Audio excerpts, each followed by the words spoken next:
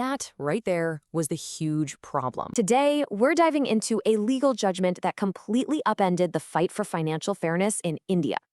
We're talking about how one case and one really clever judge finally put a stop to the frustrating and often unfair guessing game of figuring out a person's real income.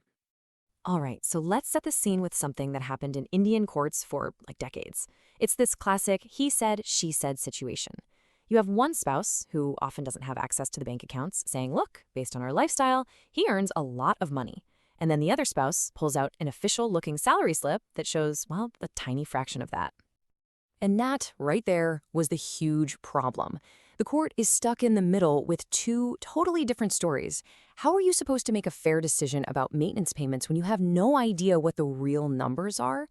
This confusion was basically baked into the system. So for years, with no solid way to check the facts, the courts were forced to play what was essentially an income guessing game.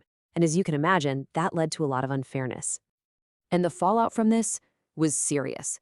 This guesswork often meant women and children received these tiny maintenance amounts that had nothing to do with their family's actual standard of living. The whole system was kind of broken because the person with all the financial info held all the power, leaving the other person totally in the dark.